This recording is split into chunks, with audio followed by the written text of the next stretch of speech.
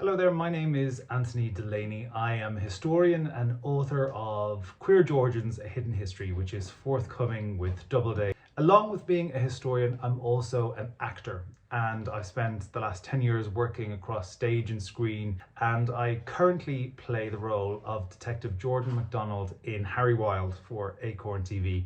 Series 2 will be on screens in October, followed shortly by Season 3.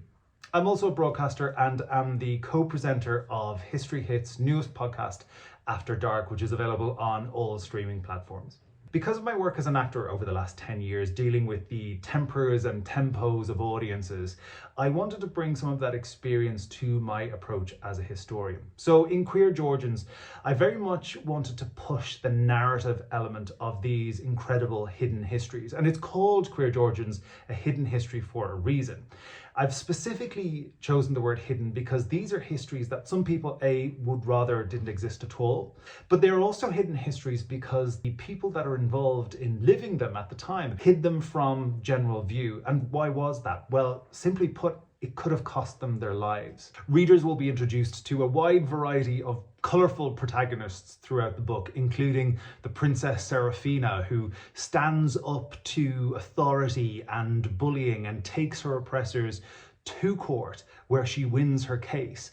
They'll also meet John Lord Harvey and Stephen Fox, two elite men at the outset of the Georgian period, who defied convention and set up home together despite all the opposition and all the violent repercussions that they experienced. It will also deal with some of the more difficult aspects of these queer histories, particularly in the case of Gabriel Lawrence, and will follow Gabriel's journey from the Molly House, where he met with and socialized with other men like himself, right the way to Tyburn, where he was hanged for sodomy. We'll also be introduced to Mary Price, a black trans woman living in New York at the outset of the 19th century. And we'll discover through Mary's dramatic history how attitudes towards gender and sexuality in the early 19th century may not be that different to attitudes towards gender and sexuality in our own time. So these are the type of histories that I'm dealing with, and these are the type of archives that I'm going into and exploring when I'm trying to bring these narrative histories together.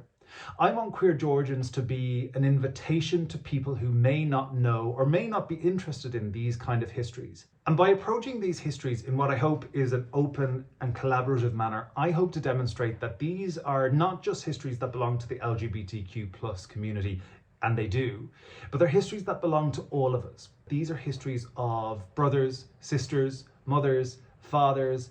These are topics which have been divorced from, but which absolutely relate to family histories. These are histories that relate to nationhood, to society and culture more generally across, in the case of this particular publication, England, Ireland, America, France, Germany, Prussia. That said, a lot of these histories do coalesce in England during the Georgian period or the long 18th century.